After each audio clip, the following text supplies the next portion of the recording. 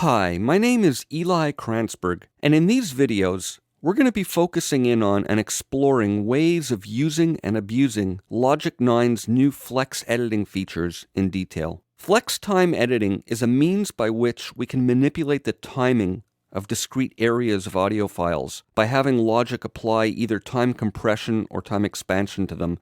And this is based on a variety of different algorithms that flex editing offers, which we'll look at throughout the videos. Now, these areas that we manipulate can be as small as a couple of milliseconds to as large as an entire region or even a whole audio file.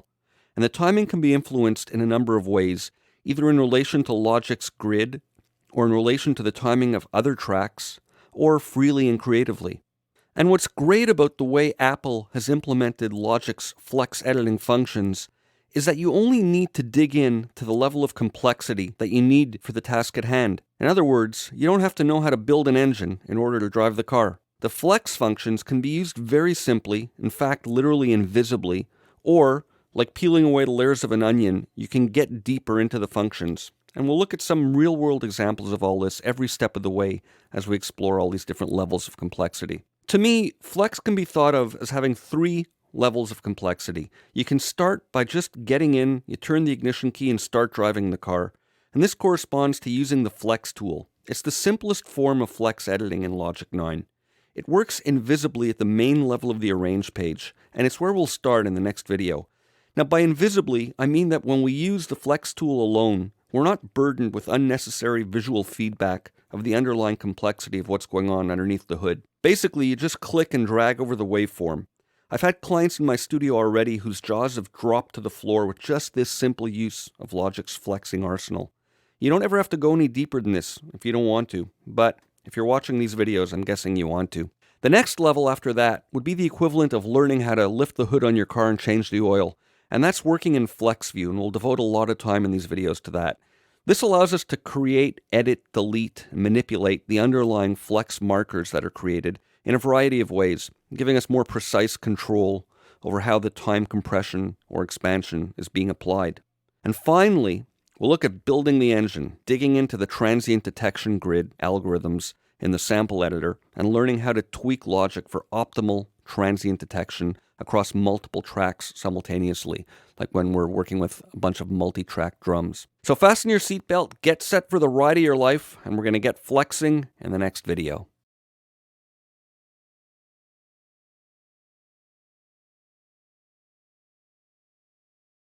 In this video, we're going to jump right in and get flexing right away using the flex tool. Now, this is the simplest, most basic way of applying flex editing, i.e. adjusting and manipulating the timing of discrete portions of the audio file that there is in Logic.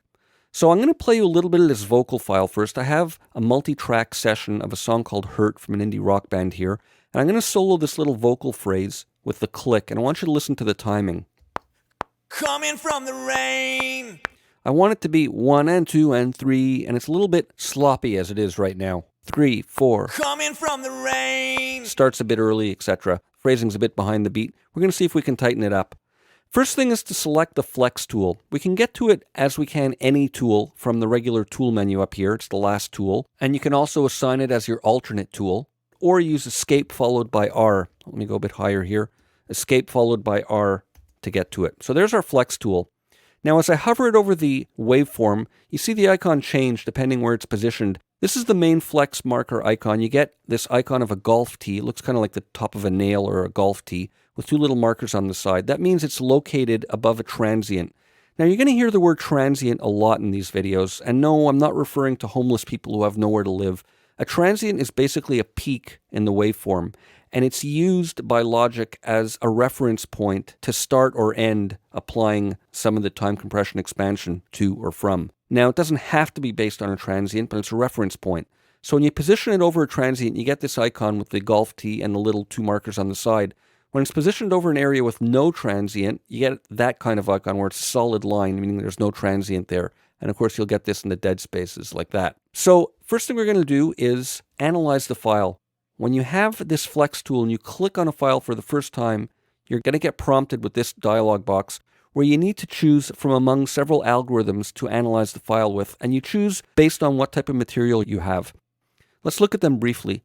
You can click on this triangle to get some more information about it. Slicing mode is good for drum loops and grooves and percussion, and it's actually, ironically, doesn't really apply any actual time compression or expansion. It basically creates the transient detection grid and slices up the audio, and then manipulates the timing by filling in the gaps or shrinking the gaps between the slices. We have rhythmic, which is good for polyphonic or rhythmic material that's not specifically a drum loop.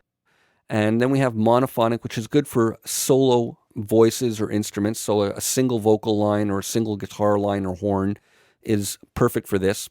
And we have polyphonic, which is the most CPU intensive of all this, but it's also the highest quality. And this is for when there's multiple notes happening at a time, like a chord on a guitar or a piano. And in this case, I'm going to use monophonic since this is a solo voice that we're going to be using. And I'm going to click OK. And normally we would see a little progress bar going through the analysis stage. We're not seeing it now because I've already analyzed this file beforehand, but basically it'll analyze all the regions and files on this track and create a transient detection grid so that it's ready to have flex audio and audio editing applied to it. So now that this file's analyzed, let's start manipulating the timing by just clicking and dragging. Now I know I want this first one to fall right on the downbeat. So I have my snap mode here. I'm going to set it to division. So the movement will snap to the division of the beats rather than freely, which is what I want for what I'm doing right now. And I'm going to start by just clicking and dragging and lining it up with the downbeat of bar 11. Coming from the rain. And let's move the next one. I want that one on the third 16th note of the beat, or the second 8th note. And then the next one on the second beat. There we go. And that's the next 8th note right there. And this one, beat 3. Let's hear that. Coming from the rain. So it's 1 and 2 and 3. It's right on now. There's no phrasing. It may or may not sound good with the arrangement, but this is how you can manipulate the timing. Coming from the rain. And let's say I want rain to be longer. I can click at the end and lengthen it like that. Coming from the rain. A little too long. Command Z. And let's make it a bit longer. Let's try that. Coming from the rain. So there we go. That's just some basic flex editing with the flex tool. Now you're going to see a new icon here where there's a multi-pronged flex icon. This indicates the presence now of additional flex markers due to what we've created.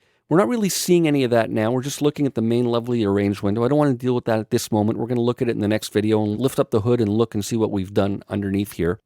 But for now, we've just time compressed and expanded and shifted a few of these consonants or peaks or transients of this portion of the audio file. So that's it for now. Just to summarize, we selected our audio file and we clicked on it with the flex tool and had it analyze it using monophonic mode, where it analyzes all the regions and files on the whole track. And that puts them in a kind of flex ready state for editing. Then we just clicked and dragged on some of the waveform peaks and dragged them to line them up using the division snap mode. So that's it for now. Stay tuned. We're going to look under the hood in the next video.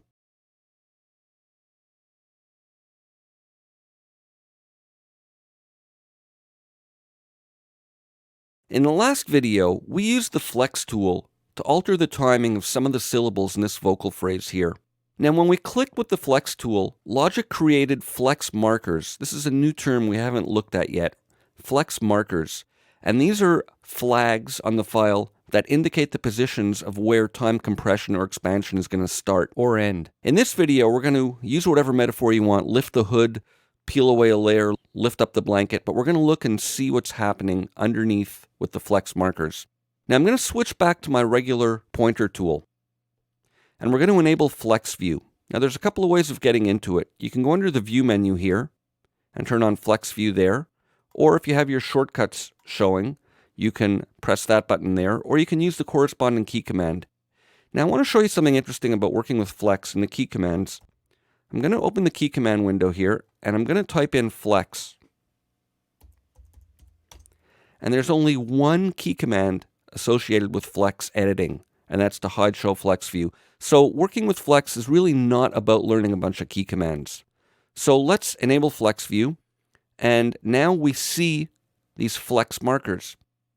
Now, it's important to understand at this point, and this had me confused at the beginning, when you're working in Flex View like this, you don't use the Flex tool. They're sort of mutually independent, mutually exclusive.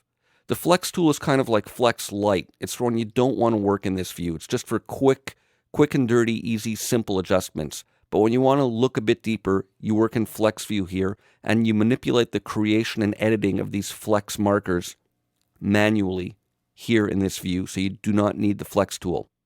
All right, so here in Flex View, if I expand the view a bit more, you'll see that it's enabled on all of the tracks. And it kind of looks like the old automation lanes, but this is Flex View. Now, there's a couple of different ways and places of accessing the parameters in Flex View.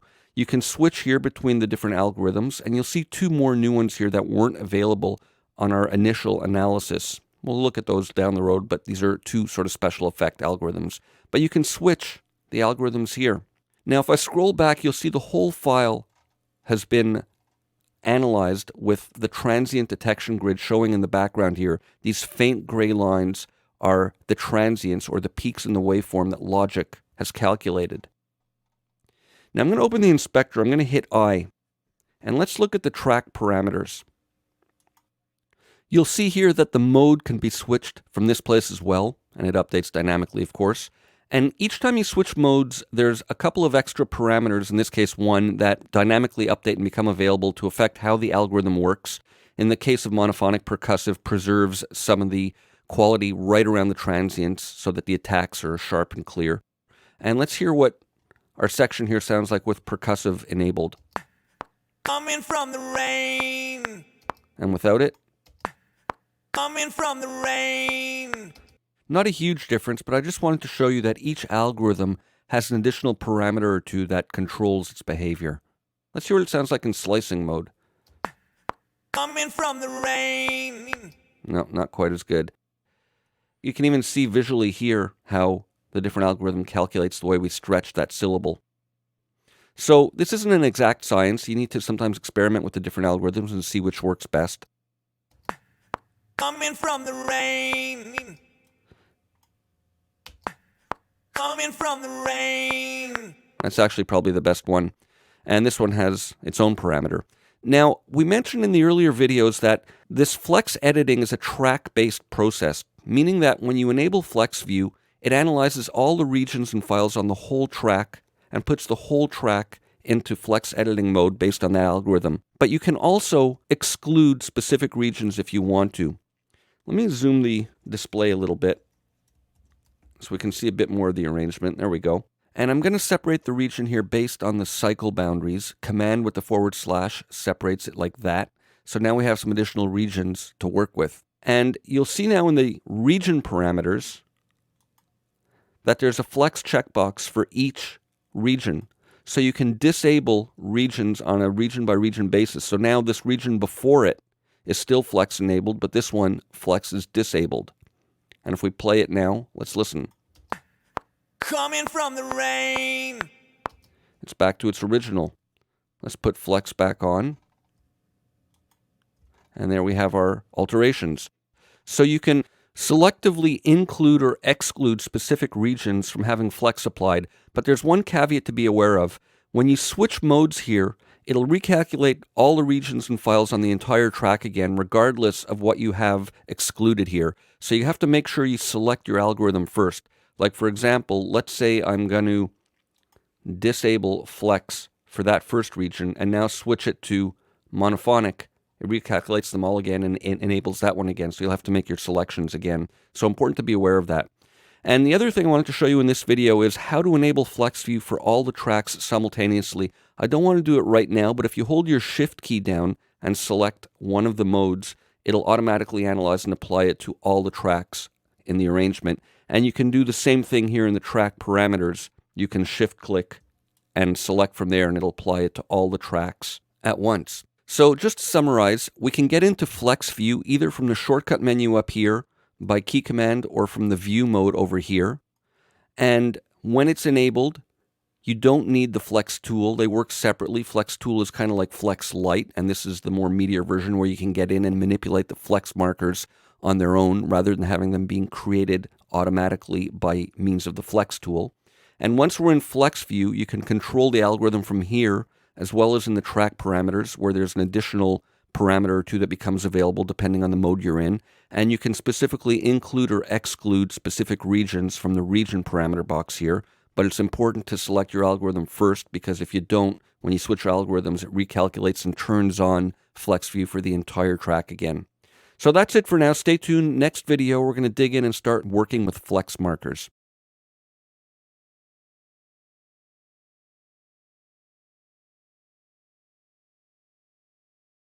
In this video, we're going to look at how to manipulate, create, delete, and edit flex markers. Now, it's important to work at a high zoom level when you're doing this because this work is very precise. We have a bunch of flex markers that we created automatically with the Flex tool in one of the earlier videos, so why don't we start by looking at how to delete them. There are a couple of ways. The easiest thing is to just double-click on them. Double-click on each one, and they'll get deleted. A quicker way is to use the eraser tool. I'm going to hit escape and choose my eraser tool and then just drag across. And you can delete them all at once like that. And it's important to be careful where you're dragging. You got to actually be in the body of the region, otherwise you might accidentally delete other things. Let's revert back to our pointer tool. And actually, let me hit undo and show you another way to delete the flex markers. If you control click in the body of the region, you get an option to delete all flex markers. But for now, I'm going to go to my eraser tool and just drag across and then revert back to the pointer tool. All right, creating flex markers. Now, the icon changes if you're positioned in the upper half of the waveform or the lower half of the waveform. Let's start with the upper half. Now, we saw with the Flex tool, when you position over the transients, you get this little golf tee or nail head icon, and here you can see the transients. So when I'm in between there, I get that straight line icon indicating no transient, but when I'm over one, I get that icon. So let's click and create a flex marker. Now, I just want to point out, if you haven't seen this already, that the shaded outline of the waveform in general indicates that we're in FlexView. There's lots of different colors involved in working with Flex. So this shaded outline indicates FlexView is enabled, and when it's off, we just revert to our regular arrange view. So that indicates that Flex is on, but there's different degrees of color saturation depending on how much time compression or expansion you're applying. Right now, if I play this back, nothing has been stretched or compressed. Coming from the rain. Now watch what happens when I drag the flex marker to the right. Notice the color changing as compression or expansion is happening. The orange on the left indicates that it's being expanded, and the green on the right indicates that it's being compressed. Now this is probably going to sound pretty bad. Coming from the rain. But that's compression and expansion. Now, with only one flex marker, the compression and expansion is happening based on the region boundaries. So it's compressing and expanding up until the next and previous region boundaries. I can go that way as well. Coming from the rain. So all kinds of ways of manipulating timing like that. But in practice, creating one flex marker and dragging like this isn't really that useful. You know, it's good for special effects, but for corrective, small bread and butter kind of actions that you're going to need to take regularly, it's of limited use. So let's double click on it to delete it. And let's create a triple flex marker. And this is what's been created automatically when we use the Flex tool. But when you click down low, we'll see this triple icon.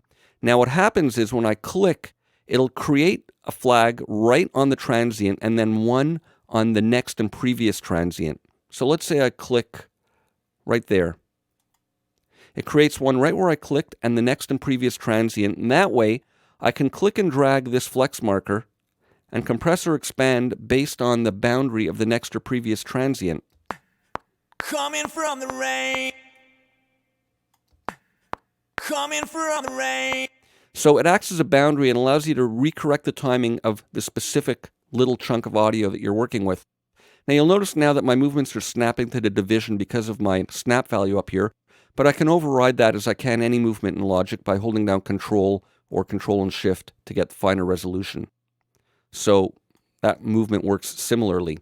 Now watch what happens if I drag beyond the boundary of the next transient. It shifts and the next flag moves to the next transient. So I can continue editing that way. And same thing if I move previously, it'll automatically readjust and move the boundary flags to the previous transient or the next one after it. So these outer flex markers act as kind of like anchors or boundary flags to restrict the movement of the middle one. Coming from the rain. Now the other thing you can do is, if you've been experimenting like this and you realize you don't like what you've done, you can have the flags revert back to their neutral position so that no time compression or expansion is happening. And you can control click right on each flex marker and go set to neutral position. And it can do them like that. So let's set these all to their neutral position. And it should sound as it did at the beginning. Coming from the rain. There we go. So just to recap, in this video, we looked at creating single flex markers by clicking in the upper area, either right on the transient or in the middle where there's no transient, and you can create a flag there. And I'm using the term flag interchangeably with flex marker. And we looked at creating a triple flex marker by clicking in the lower half of the waveform. And when you click, it'll create a flex marker right where you click, and then an additional one at the previous and next transient. And then if you click and drag the middle one to time stretch or compress the audio and you exceed the boundary of the previous or next one, it'll shift over and adjust so that you can continue stretching. And then we looked at deleting flex markers. You can double click on them individually, or you can swipe across them with the eraser tool or click individually with the eraser tool. You can also control click on them and delete them individually like that, or control click in the body of the region and delete them all at once. And finally, we looked at resetting them to neutral positions by clicking right on them with the control key and setting them to neutral positions like that. So that's it for now. Stay tuned. In the next video, we're going to look at some more flex marker creation techniques using the marquee tool.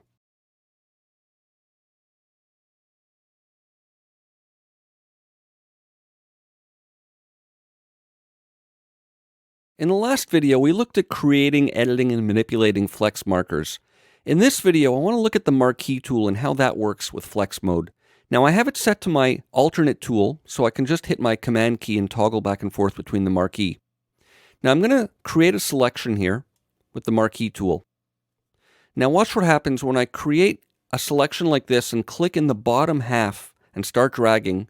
Logic is going to create a triple flex marker, one in the middle where I start dragging, and one each at the outer boundary of the marquee selection. And I can drag like that and manipulate the audio that way. So that's another way of creating the triple flex markers. Coming from rain. And similarly, let me hit undo. When I have a marquee selection like this, I can click in the top half and drag like this, and it creates 4 flex markers. One at each of the end of the boundaries of the marquee selection, and then one at the next and previous transient before and after that. And again, if I drag beyond it, it shifts the flags, the boundary flags, to the next and previous transients beyond. Coming from the rain. So another way of creating and manipulating flex markers. Now I want to show you something else that happens here. You can click and separate the region as expected with the marquee tool, like that. Let me click undo. And let me show you something else with regards to dragging close to a boundary. It shifts, but if I drag too close to the end, it's going to turn red. You see that red at the right? I'm going to get a warning message indicating that the amount that I'm compressing is beyond a normal usable range, and it's asking me if I want to make sure and use it. Probably you don't if you're getting this message, but you can optionally if you're looking for a special effect. Let's hear what it sounds like just for fun. Coming from the rain. So it's a warning message when you're in that red zone, meaning there's too much time compression or expansion happening. Let me hit Command Z and undo. Another thing I want to show you in this video is how to move these flex markers around without actually compressing or expanding the audio, because normally when you move them, you're creating some compression or expansion. But suppose you just want to reposition it. If you hold down the Option key, you see the icon changes to this little move icon, and you can move the marker freely without compressing or expanding anything. Just moving it around like that. Option key, and move it around, and it allows you to move it freely like that. So a couple of more techniques manipulating flex markers. So just to summarize, marquee tool can be used to create a selection. Click and drag in the lower half, and you'll create a flex marker where you click and one at either end of the selection. And if you click and drag at the top, it'll create 2 flags at the boundaries of the selection, and then an outer one at either end, previous and next transient outside of the selection. And I do want to mention that these marquee tool techniques work with the flex tool also, even when flex view is not enabled. Let me switch to the eraser tool and just quickly erase all these. And let's turn off flex view. And let's get the flex tool. And now with my marquee alternate tool, I'll drag a certain area and you'll see the same thing works. The 3 markers down low. Coming from the rain. Or up high, and it'll be 4 markers. Coming from the rain. So, same thing works, and if I switch to flex view, you'll see all the markers that were created now. Let's go back out of flex view, and then we'll drag this on the bottom and back into flex view, and you'll see the 4 flex markers now. So that's it. I'm going to hit Command Z and undo. Practice, experiment, stay tuned, see you for more next time.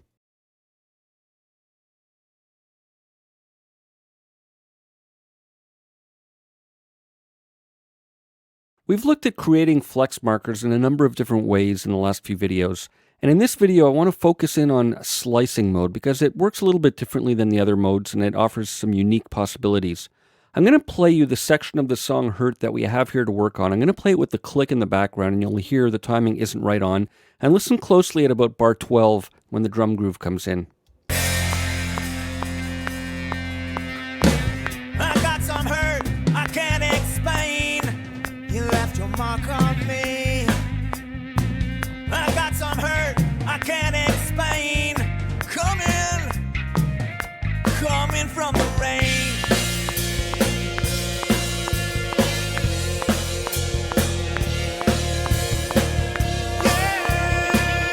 Okay, you hear when the groove comes in at bar 12, it's quite off with the click.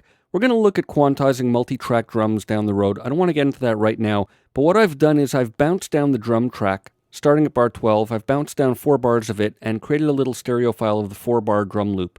And I have it here on this track at the end. Let me play just that loop, which is the 4 bars we heard at bar 12 with the click.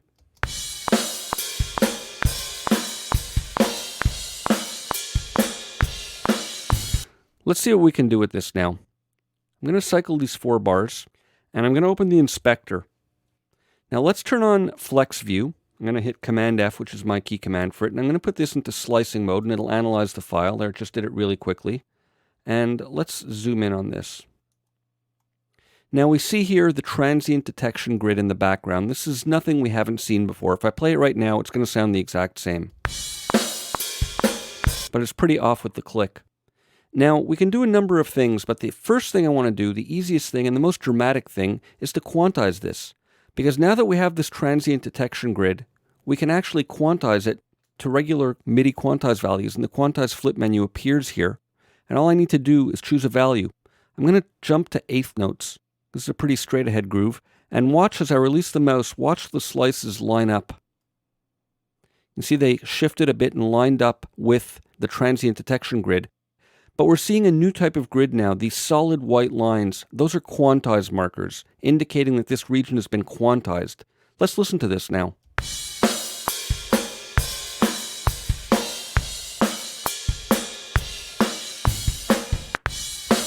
How really cool is that? It didn't loop perfectly because my cycle wasn't set properly there. It'll loop properly now. But how cool was that? And now not only can I quantize it, but I can apply some swing and do all the normal quantization things I can do. Let's make this a little bit more of a shuffly kind of feel, and I'm going to go to 8E. And again, watch the grid shift as I release the mouse. It's asking me if I want to reset the advanced quantize parameters. This is a standard default message. I'm going to go yes, reset. And you see they just shifted. Every second 8th note shifted closer to the downbeats. So it'll be a bit of a swung feel now.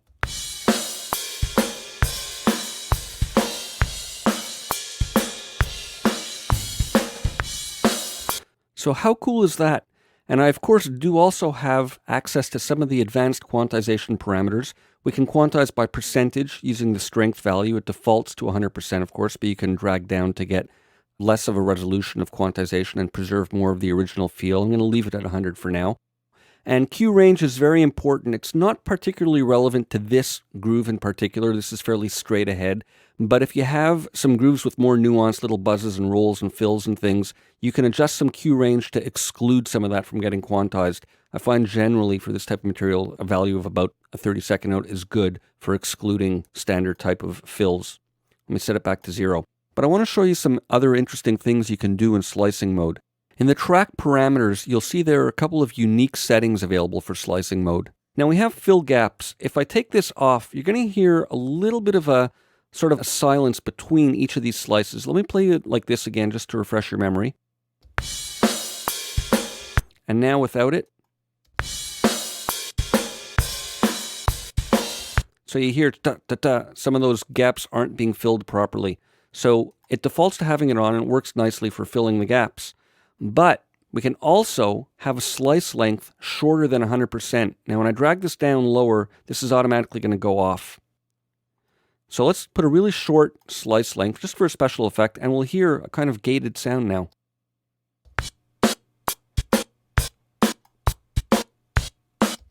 How cool is that? Interesting for interesting gated effects.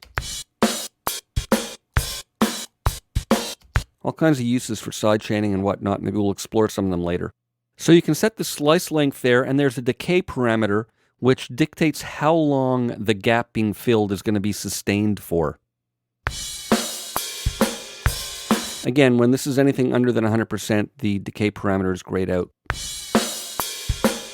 It's not that audible on this material because we're playing it back at the source tempo, but let me slow this down and you'll hear the effects of this more dramatically. We're at 134 now. Let me start by going to a straighter feel. I'll go right back to our straight eighth notes. And I'll slow this down to about 100 or so. That works. Let's listen now.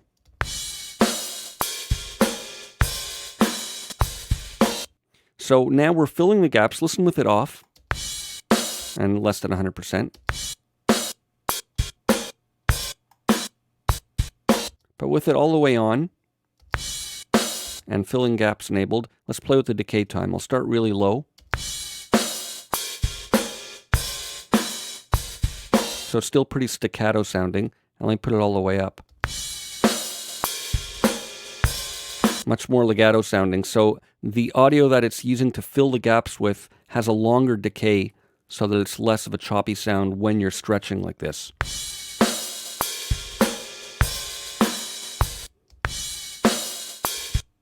Probably a value in the higher range works well. Something like that. And of course, once we have flex on and we're in slicing mode, we can speed up the tempo too. You can play with it in any direction. I mean, there are boundaries, but let's go up to about 150 and see what that's like.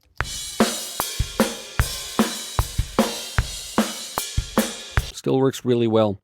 So that's it. In this video, I wanted to show you a few things. I wanted to show you that slicing mode works great for slicing, creating transients that can then be quantized. And when you quantize, you get this new type of marker here, this quantize marker, and it acts as unique visual feedback indicating that quantization has taken place on this region. And they're placed right over the transient markers. So quantizing places the transient markers in line with the grid. And further, we explored some of the additional parameters for slicing mode and how the fill gaps and the slice length can be used creatively to generate some staccato type of effects. So that's it for now. Stay tuned. In the next video, I want to look at the transient detection grid in the sample editor, and we'll see how to tweak that.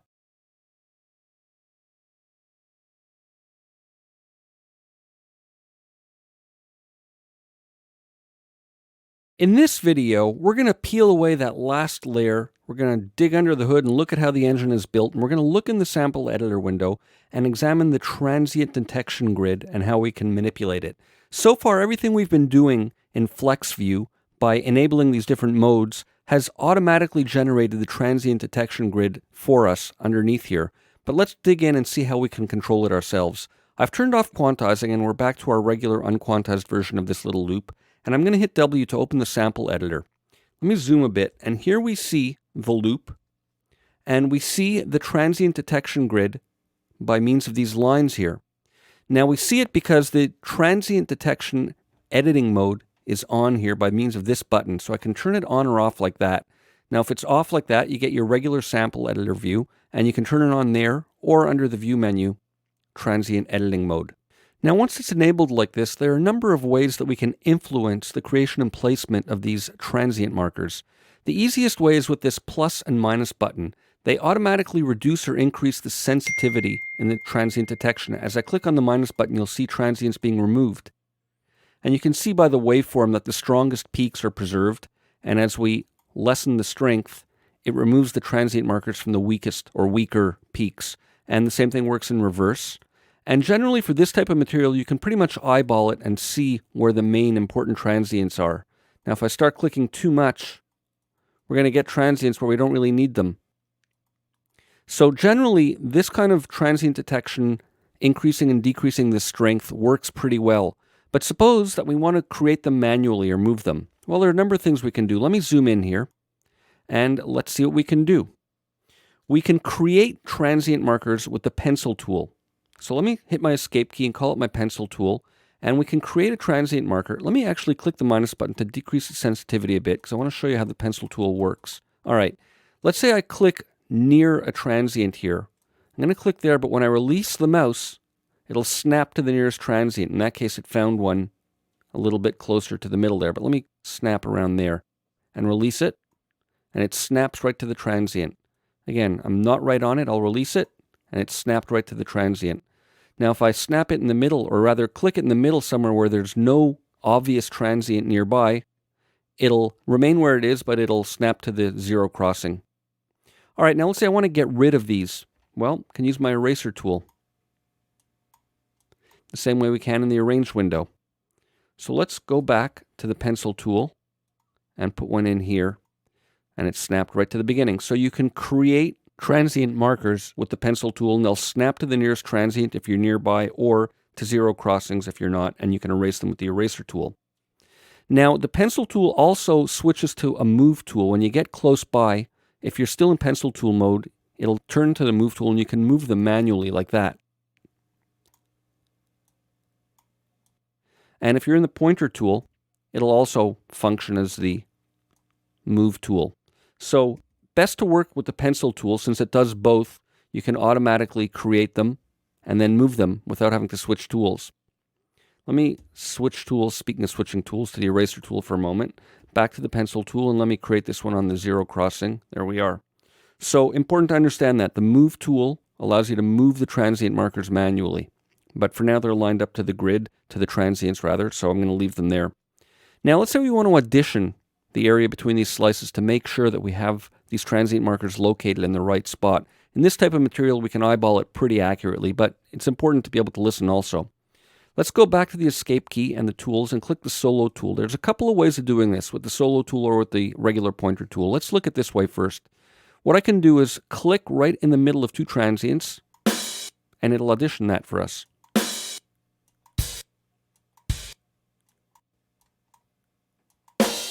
So a good way of auditioning the slices like that. And of course you can scrub if you need to make sure that your transient marker is at the exact right place, but that'll audition them for you. But another thing you can do is with the regular pointer tool, I'm going to switch back, is audition by option clicking in the bar ruler here from where you click to the end of the selection. So let's say I option click here, it'll audition from where I click to the end. And if I click near the beginning, you get the whole transient. Now, the other interesting thing about this, we're diverting a bit from flex editing, but I can option click outside and it'll audition until the selection. And if I click after it, it plays from the end of the selection. So, different ways of auditioning the slices. And once we're talking about selections, it's important to look at some of the edit menu commands here. With this, I can set the start to the next or previous transient. There's all kinds of great editing commands here for manipulating the selections. But just with these first two key commands, I can influence my selection. I'm going to hold Shift with the arrow keys, and I can extend the selection like that. And even without the Shift key, I can just move the selection like that. So those are useful selection techniques either for manipulating your transient markers or for executing other editing commands. So let me just zoom back here, make sure we're in the ballpark with our transients, and I think we are. And I want to show you one more cool thing. When you have a selection set like this, the plus and minus buttons act on the selection only. So if I increase that, it's going to only influence the area selected. So a useful way of zeroing in. Let me go select all now, and let me just adjust our transient detection grid to get the important ones. Those ones aren't important, but those ones are out there. So let's zoom in a bit and get rid of some of these extra ones. And these are because I'd created them manually when I was just demonstrating. So let me get rid of these and step back again. And there we go. Back to our nice even grid where all the transients are selected. So that's it. I just wanted to show you how we can manually influence the creation of markers on the different transients in the sample editor window. Just to summarize, the sample editor window, you can turn on the transient editing view with that button or under the view menu. You use the plus or minus buttons to influence the sensitivity for the detection. And if you have a smaller or subset of the file selected, it'll act only on the selection.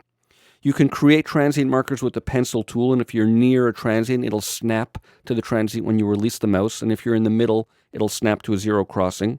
You can erase them with the eraser tool, and you can move them with either the pointer tool like this when they turn into this move tool, or with the pencil tool. It'll also convert to that move tool when it gets right near a transient. And you can audition them with the solo tool, audition that specific slice, or optionally you can use the pointer tool and option click in the bar ruler to audition different areas of your selection. And finally, there's different selection techniques available from under here to set the boundaries of your selection based on previous next transients and more. So that's it. Stay tuned. See you for more next time.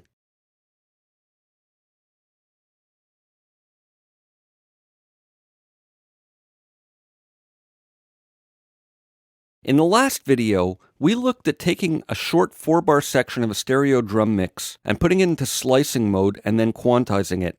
Now we're going to dig in and get to work on our multi-tracked drums that we have here for this whole song. Now what we need to do is set these drums up into a group for phase-locked editing. This is really important when we're doing this type of slicing and manipulating of discrete bits of audio. It's crucial that the phase alignment is maintained, especially on drum sets when you have a lot of mics in close proximity. If something is off by a millisecond or two, it could create a phasing effect, which sounds a bit like comb filtering. So phase lock editing is crucial. I'm going to open our mixer window here, and we have our drum tracks, and I'm going to just swipe across them all. They start there and they go all the way to the beginning. And I'm going to assign a group like that. Now it calls up the group dialog box right away, so I'm just going to name this group, drums. And here's the crucial setting that we want, editing, phase locked audio, crucial. I generally don't like having volume and mute and that kind of thing enabled in a group setting for drums. This isn't really relevant to the flex editing we're going to be doing, but in general, my own preference is to have record enabled so that when I record enable one of them, they all get recorded at once, because generally when you're recording on drums, you record the whole drum set. Anyway, that's my own personal preference for a drum group. But the important thing here is phase lock audio is on. Now the other crucial thing to get ready for editing this type of phase locked audio or multi-track drums is that the regions need to be the exact same length at the beginning and the end. I'm going to just zoom a little bit here, and we can see that the regions don't all end at the same spot. And I can verify this by looking in my event list. Let me just select all these drum tracks. I'm just going to drag across here, and I'll hit E for the event list, and we'll see they're all selected there. They all start right at the same time, but they don't end together. I could adjust the end positions here, but I'm going to do it another way. I'm just going to position my playhead at the end. Let me zoom a little bit. And there's some dead air at the end. I'm just going to position it there, and I'm going to use my split at playhead key command /, and it'll just split them all there, and they're all selected, and I can hit delete, and now they're all going to end exactly at the same time. So again, let me just select these and show you in the event list that now they all have the exact same end time. It doesn't have to be right on a bar, it's just important that they're equal. Now you're going to notice the addition of a new button in the track list here called Q, and this is the Q reference button, and it's automatically enabled in all the tracks on this group now because they're grouped together with phase locked editing enabled. Now the Q reference button refers to which tracks we want to use as the basis for the transient detection. Now you can't have all of them on, otherwise we'll have a million transients. They won't really be relevant for when we're trying to apply some quantization or flex editing.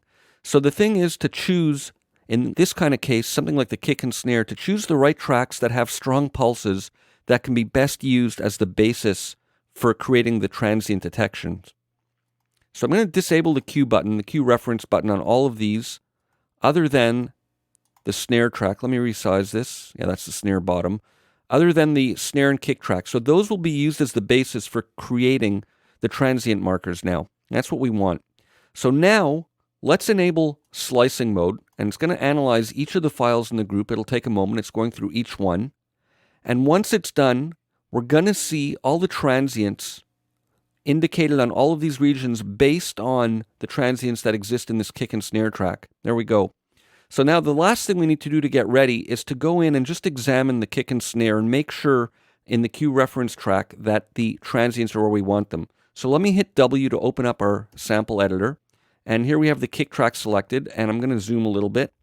And we see here, and let's just eyeball this quickly. I'm going to scroll and make sure that all the transients are lined up properly. There's some double hits there. That all looks good. It's important at this stage of the game that this is set properly in order for the quantizing to work well across all of the tracks in the group. All right, these are all hits. All right, that's all good. Let's look at the snare track now and see if anything needs to be adjusted. And again, I'm going to zoom. And I see some extra hits here. Let's scroll. We'll zoom a little bit more so we can see a bit bigger. Yeah, here we go, some extra hits. Let me zoom in. Take the eraser tool. I'll go Escape 2. And then just double hit Escape to revert. And continue scrolling. I think these are when the drummer is doing some flams. What do we have here? I'm going to get rid of these. Escape 2. And double hit Escape to go back. And we'll continue scrolling. I could use the sensitivity buttons, but truthfully, for this kind of thing, I don't want to leave it to chance. I want to examine each transient on its own and eyeball it myself. And that looks good. So I think we're good here. Oops, zoomed the wrong way. There we go. I think we're good here. I'm going to hit W to close this. And now we'll see the transient detection grid with all these markings across all the tracks based on the kick and snare.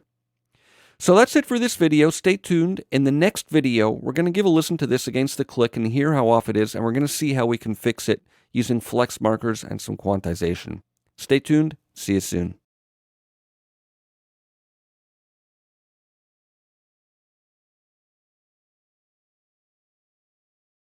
In the last video, we got our multi-track drums set up in a group, ready for phase-locked editing, and we set the kick and snares, the cue reference track, to have those used as the basis for the transient detection. Let's give a listen to this track now, just with the click, and we'll hear where it's on and where it's off.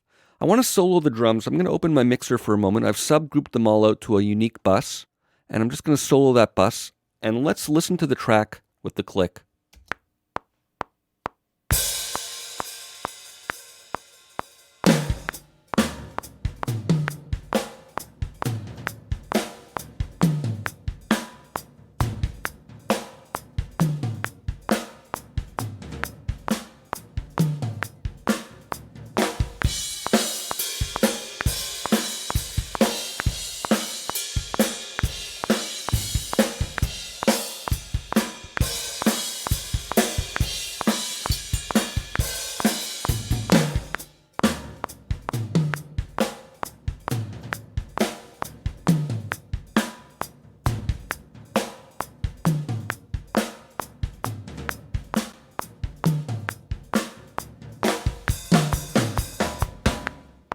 All right, it's not too bad general, but it gets a bit rough around bar 12 when that bridge section kicks in. So we're going to have to start creating some flex markers and correcting that. Now I'm going to zoom in here and watch what happens. Let me play it from a little before. All right, the downbeat here on the kick is off right away. So what I can do is create a flex marker, and it snaps right to the grid, but watch how it's now snapped each of the regions. It's created a flex marker on each of them and snapped them all to that same grid. So this is phase-locked editing in action, ladies and gentlemen. All right, so now beat 2 is off on the snare. Flex marker, beat 2. So now they're all off. Beat 4. Let's hear that. Now that's off. So this is going to get a bit tedious, as you can see. We can go through it and create flex markers like this. But you know, the nature of this track, I think we're going to get lucky. And I think we can apply some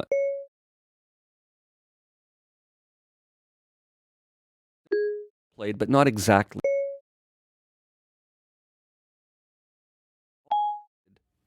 I'm going to quantize them to eighth notes.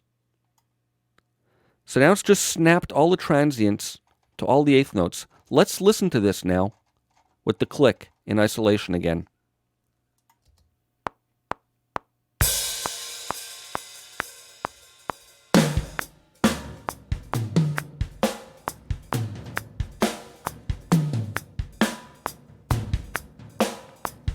It's right on.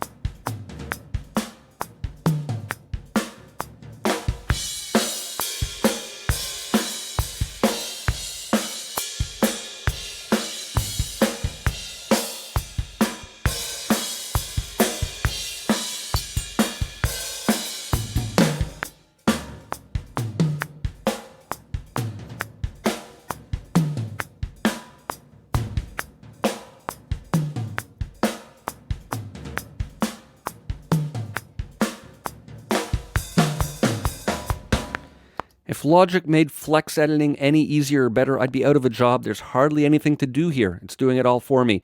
In this case, it was a fairly straight-ahead groove, and it corrected everything perfectly. In some cases, it might be necessary to cut the tracks into regions to isolate parts of them, and then exclude certain areas of them from flex editing in the region parameter box here, like we looked at in earlier videos, in order to preserve the timing of certain sections. And it might also be necessary to adjust the cue strength to get the proper sensitivity. And of course, you also might need to go in and fix up some manual flags or flex markers manually to adjust a few things that might not have gotten interpreted correctly. But in this case, it's 100%. I give this a 100%. It's a perfect drum groove now. So, flex editing, phase-locked multi-track drum editing. Stay tuned, and in the next video, we're going to look at the bass and the vocal track and get those synced up and sounding good.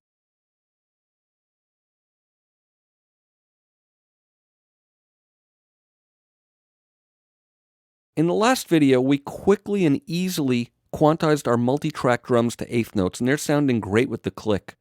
I've taken the bus out of solo mode, and I've muted the guitar, keys, and vocals here in the arrange window, so we're going to hear just the bass and drums together now. Let's give a listen and see where it needs correcting.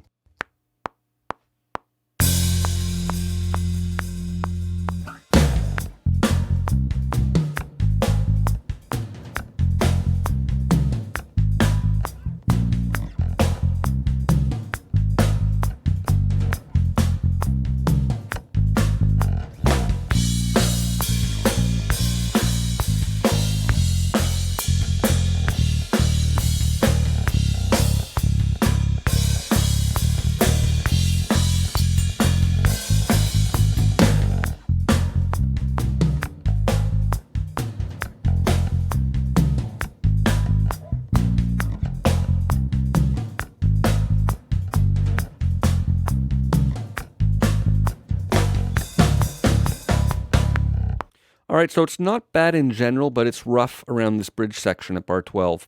Let's enable flex editing, and I'm going to put this into monophonic mode. It's analyzing the file, and there, it's done now. I'm going to zoom here, and I want to show you a nice little trick that we can do with flex editing.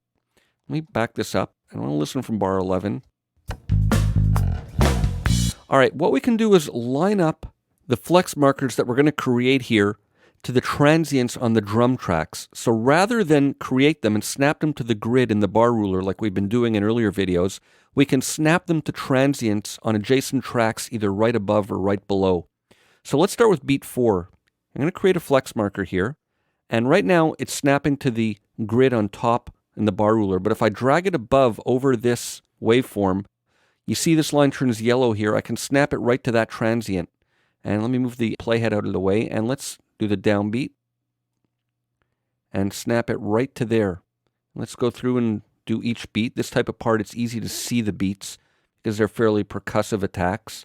Right on beat 3, then right on beat 4, and then right on the next downbeat. And this should sound perfectly in sync with the drums now.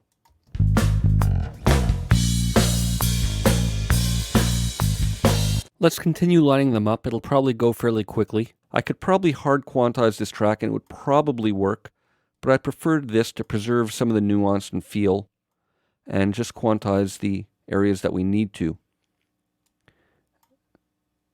Beat 4, beat 3. I'm not sure about this one. It doesn't look right. Let me hit undo and let's listen. All right, here's beat 4. And you can see the coloring here as we're applying the flex markers, the orange or the green indicating expansion or compression. There's that next downbeat. There's beat 2. Got to get the playhead out of the way, and it's useful to work at a fairly high zoom level. There's the transient for beat 4 right there. I'm going to snap it right to that transient on the drums, so it's right in sync with that snare. Let's listen to that little bit.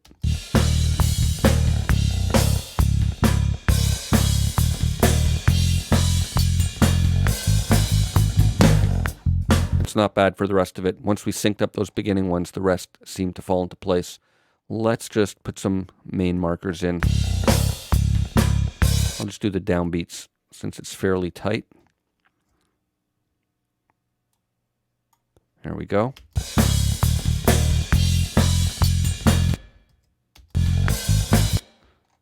And that one is beat 4, I believe. I'm not sure. Let me undo that one. I want to check it. I'm going to line up beat 4 there since there's no strong downbeat at 19. And this is on the upbeat of 1. So I'm going to line that one up to the grid, so I'm not dragging it above the snare drum track or the drum room track in this case.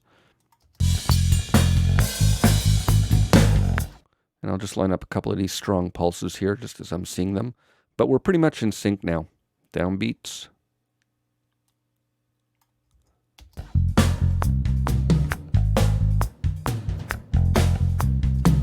Line up B2. They're pretty close. So, you want to preserve some of the feel. This one needs some correcting. There we go.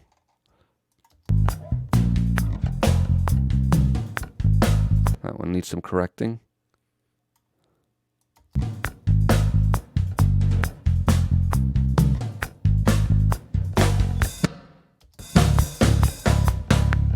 And the ending's nice and tight. So there we go. We've lined up the bass track to the transients on the drum tracks by clicking and holding and dragging a flex marker that we've created above to the adjacent track. You can do it above or below, and it'll line up to the transients on that track. So really easy to line up 2 audio tracks together. Stay tuned. In the next video, we're going to examine the vocal track and get that to play in sync with the rest of these.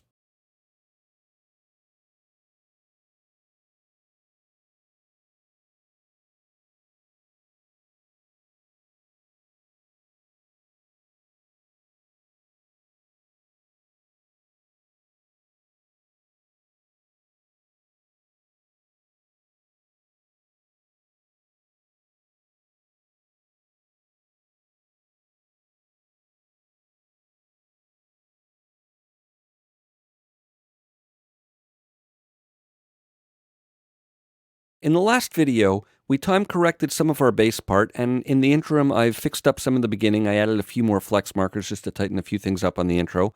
And I have all the tracks playing now, and let's give a listen and see how we can fix up these vocals.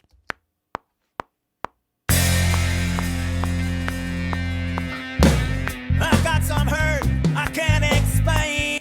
All right, let's start right at the beginning here. It's pretty off. I've got some. That's going to be right on beat 2. Got. Let's see what that does. I've got some hurt. That fixes it right up, just lining that one syllable up. I got some hurt I can't explain. You left your mark on me. All right, that's a little bit behind the beat. Let's see what we can do there. You left your. Let's try and push that there like that. And let's see what that does. Spain. You left your mark on me. No, don't like it. I'm going to line up the second one here like that. Spain. You left your mark on. Nope, don't like that either. First one again. And let's see what that does. Spain. You left your mark on. Undo. This is going to be a tough one. You left your mark. Let's try left and line that right up on beat 2 like that. Spain. You left your mark on me. There we go. Perfect. Right there, that hard consonant right on beat 2 lined up the whole phrase. Spain. You left your mark on me. I got some hurt. Okay. Let's try that. I got some hurt I can't explain. Again, just shifting that one little bit, move the whole thing into time. I got some hurt I can't explain. Come in. Okay, come in is going to be a hard one. Let's try and line up that first transient right on the downbeat of 10 and see what that does. Come in. You know, it's vocals. It doesn't have to be exactly on. It could be phrased around the beat, but it's got to be in the ballpark. Explain. Come in. Don't like that. Let's try lining up that second one with the downbeat there. Explain. Come in. That does it. So the k, the hard syllable k on come, is lined up with the downbeat, and that really works. Explain. Come in. Coming from the rain. And let's see what we can do here. Coming from. Let's try and line that up to beat 2 and see what that does. Coming from the rain. You know what, I'm going to delete these flex markers because these are the ones that we were experimenting with in the earlier videos. Let me just hear the original as it is now. Coming from the rain. And let's get that right there on the downbeat. And that should do it. Coming from the rain. Perfect. Coming from the rain. I think the rest will be okay.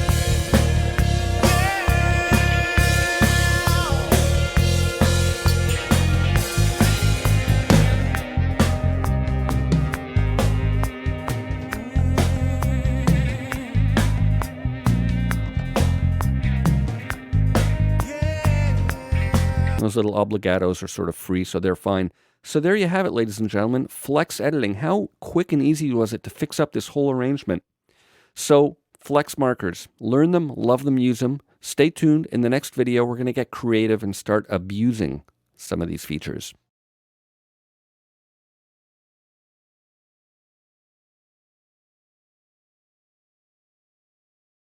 I have no doubt that if Shakespeare were alive today, he'd ponder the unanswerable question of the modern electronic age, to quantize or not to quantize.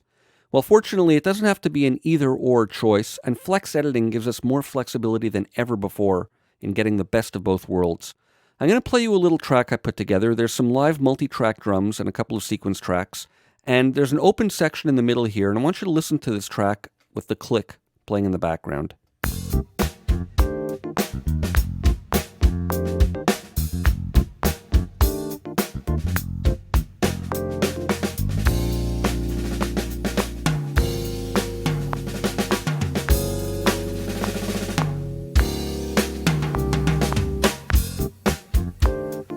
Pretty rough around this bar here.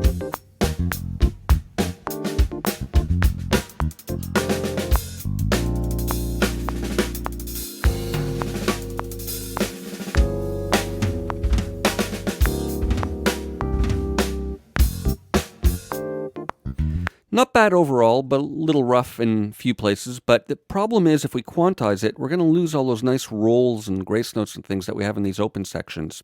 So what do? Well, first thing, we're going to turn on flex editing. I've already got my kick and snare set as the cue reference tracks in this phase-locked group.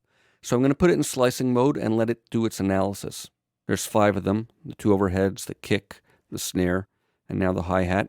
And instead of using the region parameters like we've been doing until now, I'm going to hit Option R and get our region parameter float.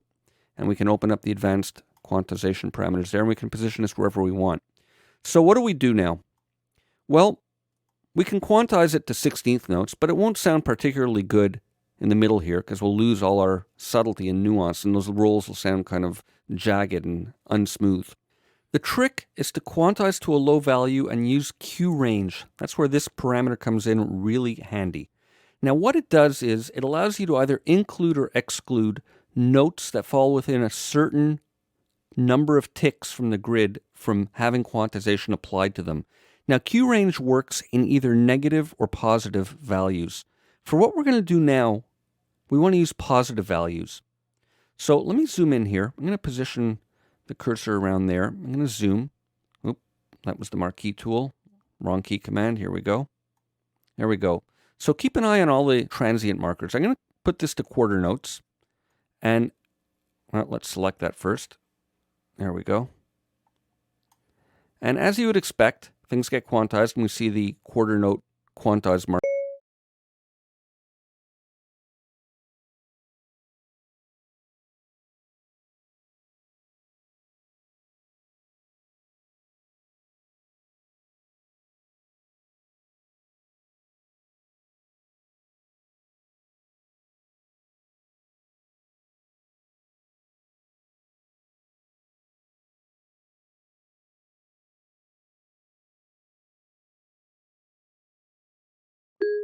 What happens now is only notes or transients in this case, since this isn't MIDI, it's audio, only transients that fall within 20 clock ticks of the grid get quantized, and the notes that fall farther away than 20 clock ticks don't get quantized. So in this case, a lot of it is unquantized in this area with the fills. And as we move up here, there'll be more of these lines that appear as more of the notes get quantized, because now notes that are within 40 clock ticks of the grid get quantized. Now I found what works well in general, and in this case it works well, is the value of this 30-second notes for 120 clock ticks. It quantizes many of the notes, but the ones that fall farther away than 120 ticks remain unquantized, and that'll preserve our rolls. So let's listen to some of this. I'm going to put it down to the lowest value, to that. And let's listen to our section here.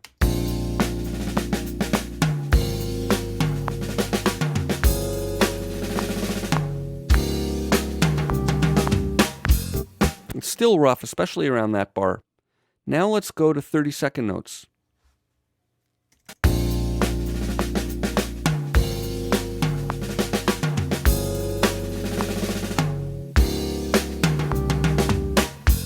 Much better. Beat 4 gets quantized nicely, and it preserves some of the nuance of the fill.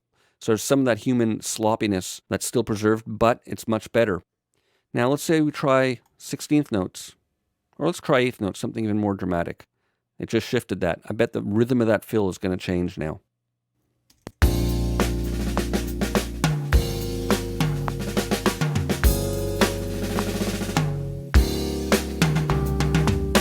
Yeah, it actually shifted the rhythm of that. Well, I think what works best is 30-second notes. Now, if we go to negative values, what happens? Well, if we go to negative values, notes that fall farther away than 20 clock ticks get quantized, and the ones that are closer remain unquantized. Let's hear what that sounds like.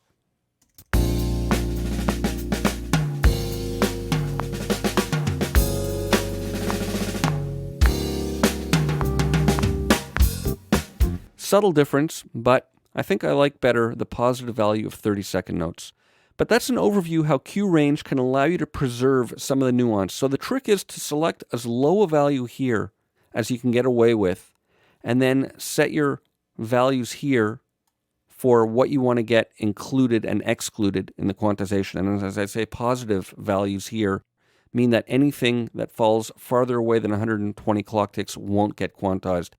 So it'll preserve the stuff that's far away, but the stuff that's close to the grid, it'll make it exact, which for this particular groove and part that is laid down, I think works best. Let's listen to the whole track with this value applied.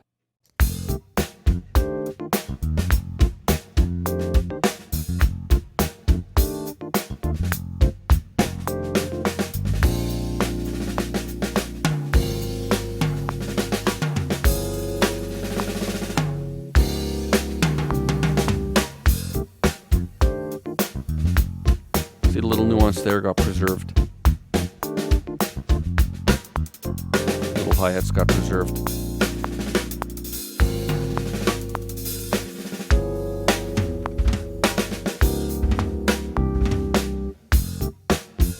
So that worked really nicely. You can see here between the quantized markings, like those little tom fills and double bass drum hits got preserved, little hi-hat nuances. So little double bass drum kicks got preserved. So works really nicely. And now, just for the hell of it, let's see what happens if we really do hard quantize it to 16th notes. With nothing there, let's hear what that sounds like.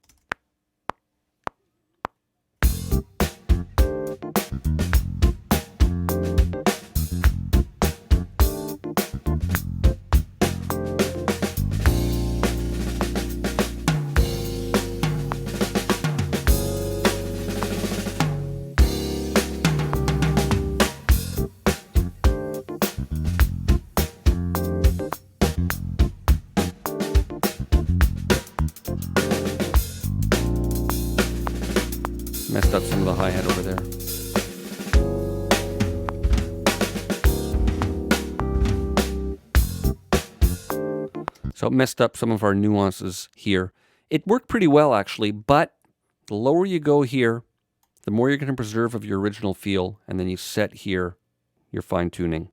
So that's it. Experiment. This is really powerful. This is the secret to finding that balance between quantizing and not quantizing. Stay tuned. See you for more next time.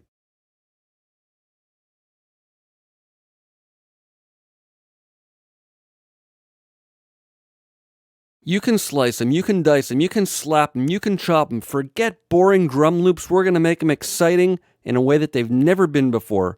We're going to look at ways of totally abusing slicing mode in ways that Apple never intended. Now I'm back to the end of our Hurt arrangement, and I have our little loop here that we created a few videos ago. So let me just play the transition. We're going to continue the arrangement after with this loop.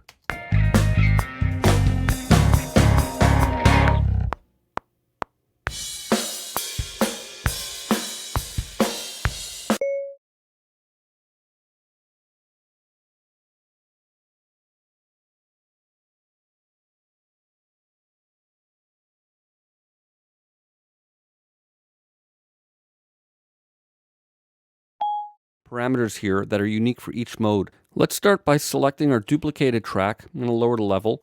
And let's turn off fill gaps and lower the slice length. So this will give us a nice gated kind of staccato effect. Let's solo it and listen.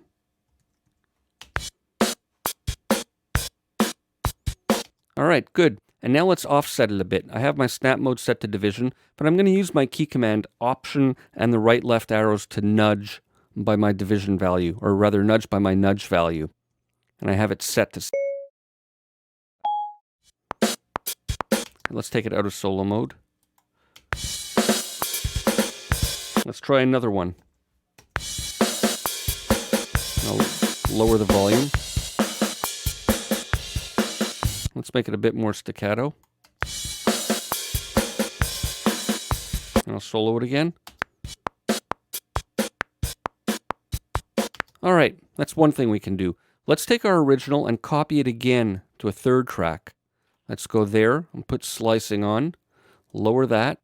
And now what I'm going to do is control click in.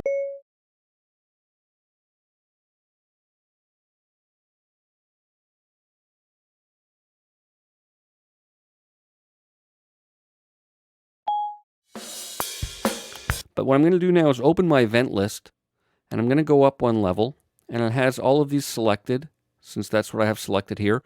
And I'm going to Option Shift, drag these down. Let me turn off the view as absolute length, absolute position rather. So now we're going to see the length. I just...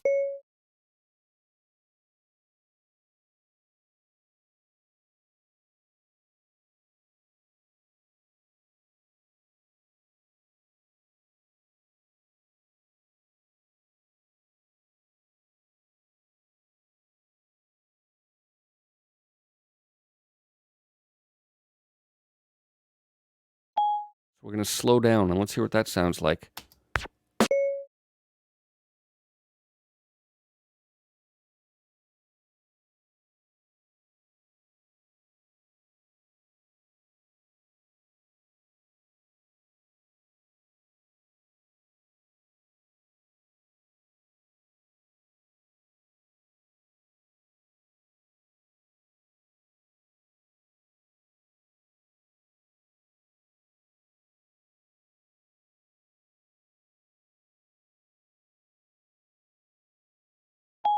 Like that, I put an eighth note offset.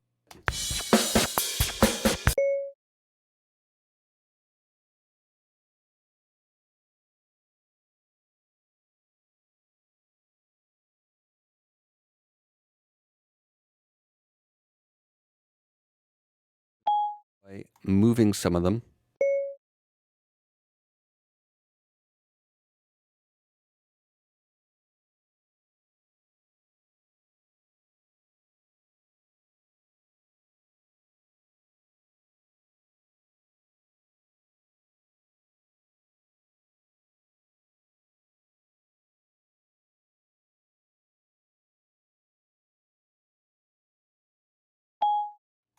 Okay, let's zoom back out a bit, and I'll move some more of these over here. Option drag them. It's hard when you're working at small zoom levels to get the cursor where you need it to be. Let me zoom again. There we go. All right, so we have some of those. Let's listen to what that sounds like, a bit randomized.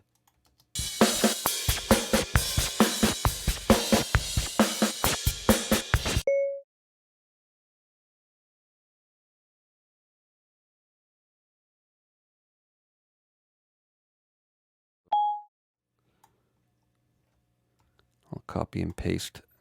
That'll be easier.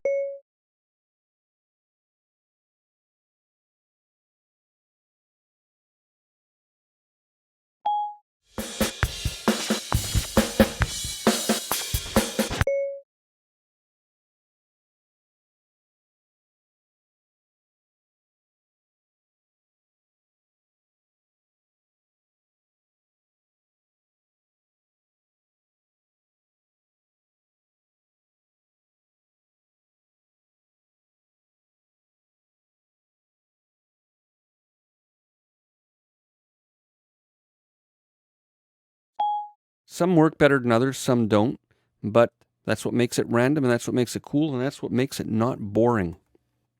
Just randomly pasting some of these, and of course we can offset them some more now. Let's try that and see what happens.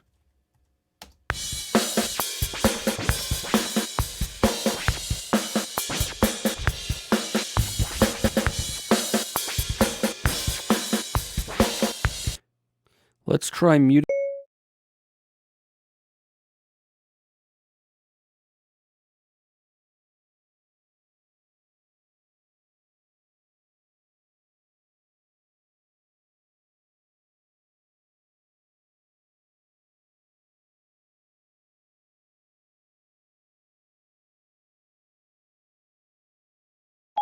Let's listen to a little bit of this. I'm going to go to flex mode for a moment. There we go. I got some hurt I can't explain. You left your mark on. Okay, I'm going to take bar 3 because we got that nice slide. There we go. And 2 bars of the groove. So I'll go till the end, till bar 6. I'm looking at my info tag here. There we go. I'm going to go Command C for copy. And let's go down to the bottom here, scroll over. And I'll just position my marquee tool right there. Actually, right there. That's where we want it. And hit Command V. And we should have it intact. All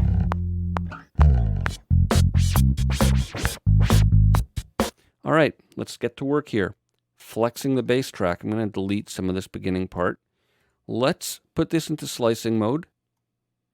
And let's zoom a little bit and cut at the first bar here after the slide. Just positioning at the bar line. I'm going to use my / key. And then let's take this one out of flex mode so that the slide is intact. And now with this one, we can do all kinds of things. Let's try lengthening it by 2 bars by option dragging at the bottom. You'll notice when I hold down the option key, the resize tool changes to the flex resize tool. There's an extra bar, an extra 2 bars, and let's hear what that sounds like now.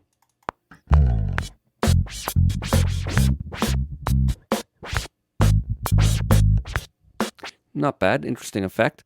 Let's take that, now that we have it in slicing mode, and take that off and make it more staccato, and let's hear what we get with that.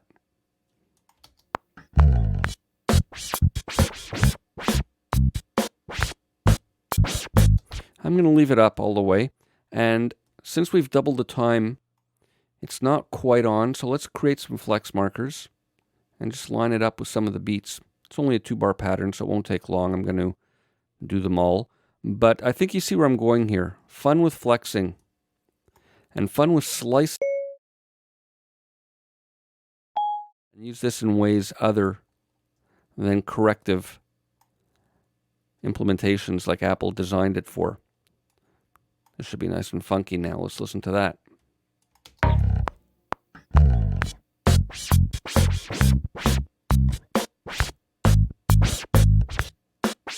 Just for fun, let's take one of our flex markers and stretch that, and let's put fill gaps back on. Let's hear what we got.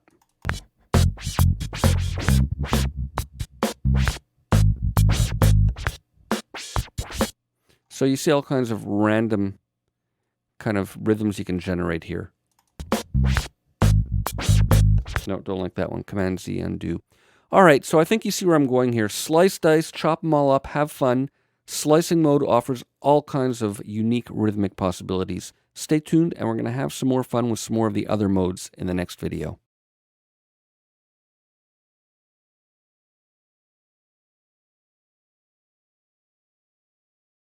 How much more can we possibly deconstruct the elements of this little arrangement? Well, let's continue.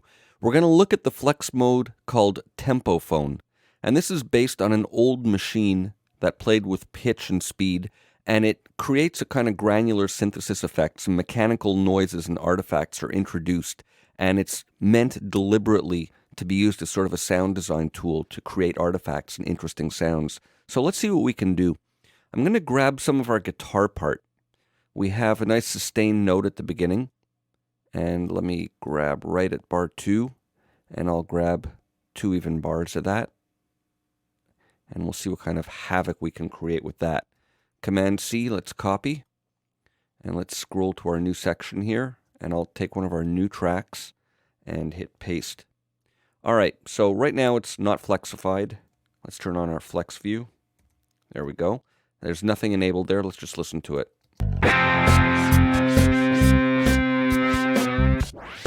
Okay, so first thing I want to do is put on tempo phone. And let's hear right away if it changes anything. Nothing too bad so far. Now, on the tempo phone preset, we have a couple of parameters here, grain size and crossfade. This has tremendous impact on the type of granular synthesis effect that's going to be generated, and the crossfade is just how rough or smooth it is as it transitions between the different chunks. Let's start by option dragging this at the bottom. I want to stretch it out, and you'll notice again when I hit option, I get my little flex stretch markers. 1, 2, 3, 4, 5, 6. Let's make it the length of this whole section. Let's hear what we have now, just with the default settings.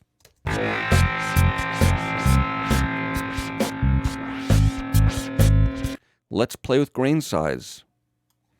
And let's put crossfade down.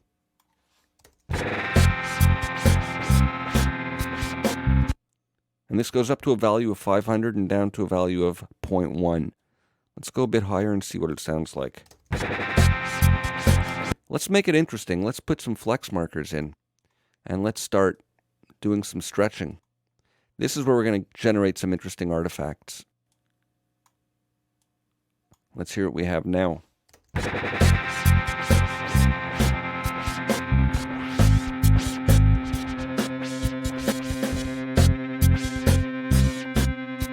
I'm going to put this lower, and we'll hear a much more dramatic effect.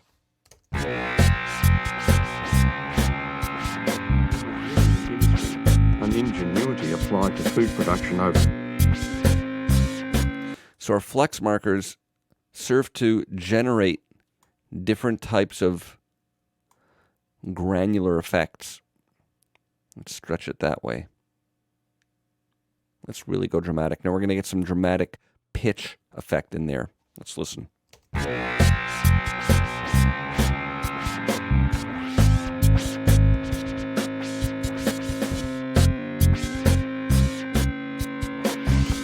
Just for fun, let's copy this down to the next track. Put that in tempo phone as well.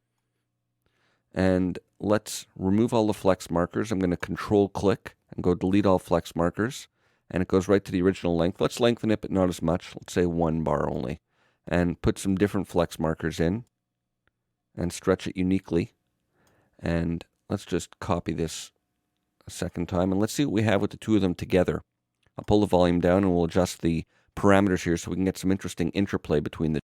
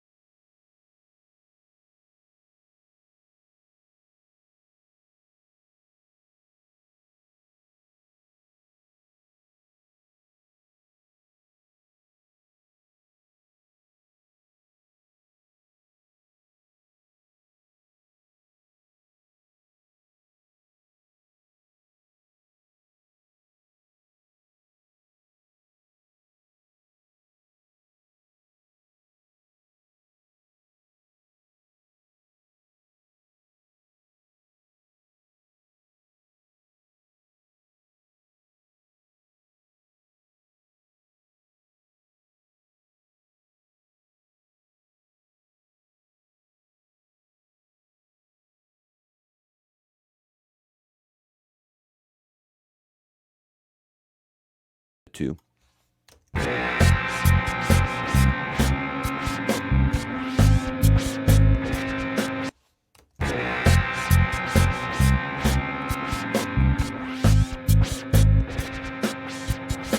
I don't want it to overpower our little groove, so I'm lowering the volume. Let's stretch this last one out. There we go.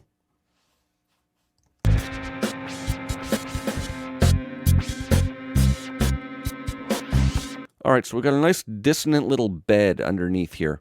Let's now see what we can do with our vocals. Just adjusting some volumes here. Alright, let's create another new track. I'll create one more mono one. And now, let's go back to the beginning and grab some of our vocals. Let's grab our first phrase here. Marquee tool. Let me go right at the downbeat. There we go. And I'll just grab that first phrase. Copy. Down here, let's scroll. And let's paste it in around there. Alright, so let's put tempo phone on this. And let's stretch this out. And let's hear what we have to start with. I got some hurt. Undo. What I want to do is do this an even amount. Let me line this up right at the bar, and I'm going to shorten this to be an even 2 bars long, and that should do it. Option drag, 1, 2 bars. This should work better. There we go. I got some hurt. I can't explain. That's what I'm looking for. And let's start this at bar 3, and let's add some flex markers in. Where are we now? There we go. And let's do some dragging of syllables. And let's make this last one really long. Let's hear what we have. I got some hurt. I can't explain. And let's put this lower. We'll get some nice choppy effects. I got some hurt. I can't explain. All right, we're missing the word hurt, which obviously is crucial to this since that's the key title of our song. Here we go. I got some hurt. I can't explain.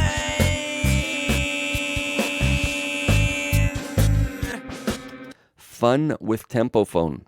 So look how you can deconstruct and demolish sounds towards creative ends. So grain size, how much of that choppy type of effect you're going to get, and crossfading, how disjunct you want them to be. Let's listen to our whole little masterpiece from the beginning here. I got some hurt. I can't explain.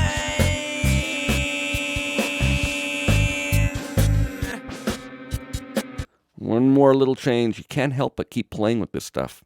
I got some hurt. I can't explain. That should do it now.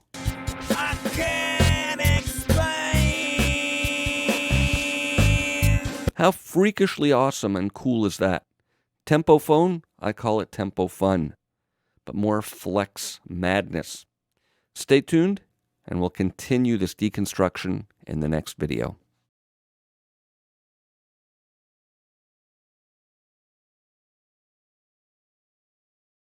Logic 9 is truly built for speed. One of the fringe benefits of all the new flex algorithms that have been introduced in Logic is that speed can be manipulated now in a lot of different places and from a lot of different areas and in a lot of different ways in Logic. I've got a little section here put together. I've basically just cleaned up the pieces that we've been putting together in the last couple of videos, and let me play you what it sounds like now. I got some hurt. I can't explain.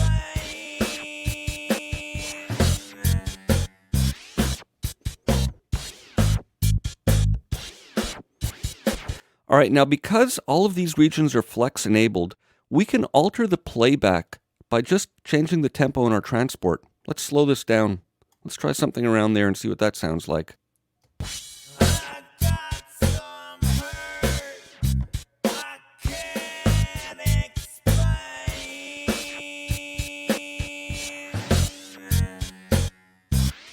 And we can play it back faster. Let's try it around there.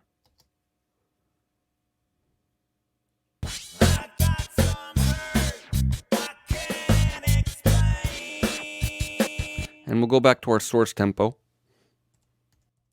So this is just one of the areas that flex time and tempo speed controls have been implemented in Logic. Now another thing we can do is use vary speed. I'm going to control click on the transport bar here, and I'm going to enable the vary speed button, and you'll see the new icon appear there. And we can toggle it on or off with this, and this area in the middle indicates whether it's on or off by the color. So we can affect the speed of the playback only with speed, or vary speed using speed and pitch together like a tape machine, or we can vary speed it with MIDI, and we can have the results expressed as either a percentage or showing us the new tempo or how much it's detuned or an absolute tuning reference.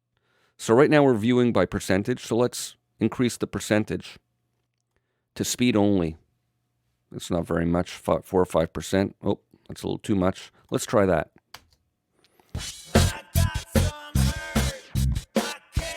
So that's basically what we were doing when we were adjusting the tempo here. It's just another way of doing it. Let's go vary speed, and now the pitch will be altered as well. So different ways of viewing the results of what we're doing here. So that's another area and way that flex has been implemented. Let's put this back to 0. I'll click hold there, go to percentage, type in 0. And we'll turn it off and leave that for now. The next thing is the last algorithm for flex, which is called speed. Let me take our original drum loop. I have a copy of it up here. I'm just going to hit copy. And I'll go back to the beginning of our cursor. I'm set up here and paste, and there we go. Now let's set this to speed. I'm going to solo it for now. So far nothing's different, we haven't changed anything. But if I option drag the bottom and reduce it, we're going to get the effects like we got in vary speed when speed and pitch are affected together. So let's listen to that. I just made it twice as fast and half as long. Let's listen to that in context. Let's mute this one.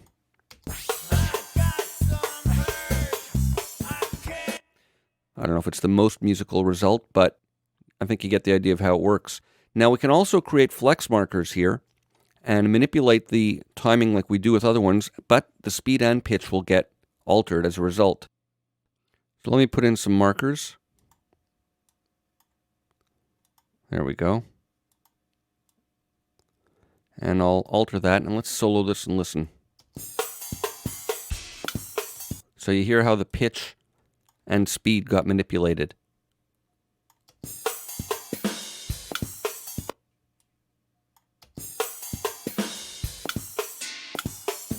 I don't know how musical that'll sound, but let's give a listen and see.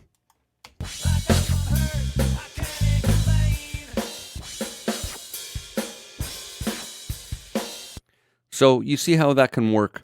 Let's solo this again. So lots of interesting possibilities. It doesn't necessarily work great musically like this right now, but you see how pitch and speed can get affected. Let's try, just for fun, I'm going to mute that. Let's switch this vocal one to speed, and we're going to see the effects of all these flex markers now being applied to speed and pitch. Let me solo that.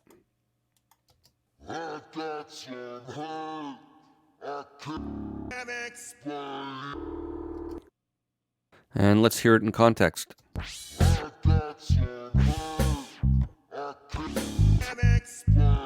Let's hear it with this one. Okay, it's really cacophonous at this point. But speed. Possibility of affecting speed and pitch together. And in the flex speed mode, there's no additional parameters. It just works as is. So those are some ways that speed control has been implemented in different areas in Logic. Flex-enabled tracks allow you to change the tempo from here. You can use vary speed.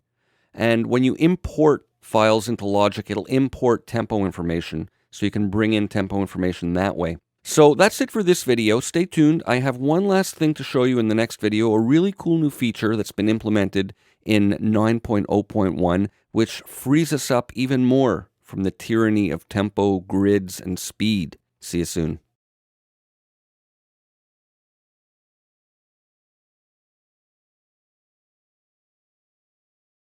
We've seen already how flex markers can be lined up to the transients in audio files that are on adjacent tracks, and how they can be lined up to the grid on top. But now they can also be lined up to MIDI notes on adjacent tracks. Let me take snap mode out, or put it at its finest division possible, ticks, so we're not working to any grid. I'm even going to turn off our grid view. I don't want to see any lines of any kind. I have a brand new blank session here. It's at a random tempo, having nothing to do with anything. I've loaded in a bass sound here. And I have an audio track. I'm going to import our little loop that we have that we've been using, our drum loop. And you'll see I'm prompted with the request to import the tempo information embedded in that loop. And I'm going to go no. I'm just going to bring it in here. I'll play it with you at the click, and you'll hear they have nothing to do with each other. So nothing to do with each other. I'm going to mute it so that we're not hearing it. Select our bass track. Put Logic in play, and I'm going to put a random bass part down with no click.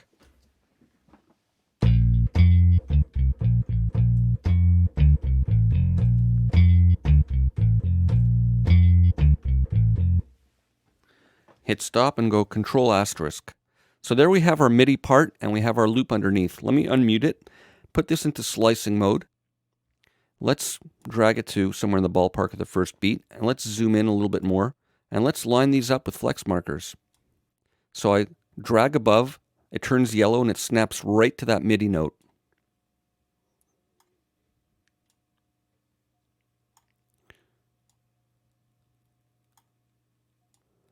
Right above. Let's see what that sounds like so far. Okay, let's get the next one. Right there. Above.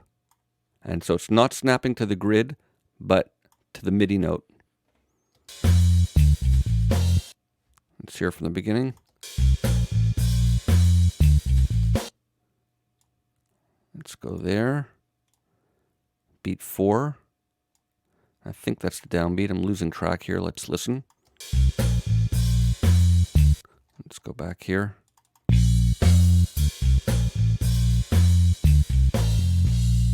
That's fine. And you'll see this have nothing to do with the bars and the bar ruler here. This is not lined up to anything.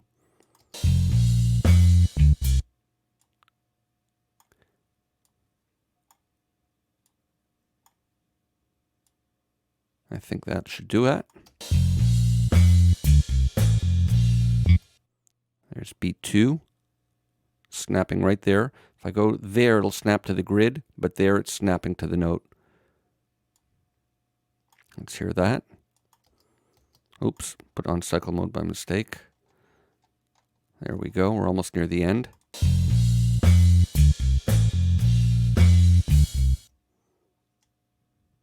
And beat 4, and I think that should do it. All right, and you see the rectified waveform indicating that flex expansion or compression is happening. Let me zoom out and let's listen to our little masterpiece here.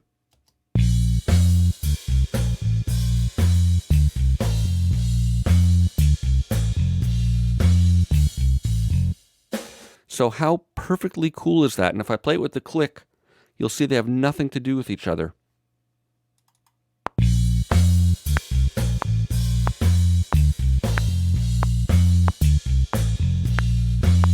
Nothing to do with each other. How cool is that? So you can line up flex markers to MIDI notes as well as to the grid or transients in audio files on adjacent tracks. So that's it. That wraps up our little investigation of FlexTime editing. I hope I've opened your mind a bit, shown you how it works and some interesting ways of abusing it. Don't abuse it too badly or we'll have to call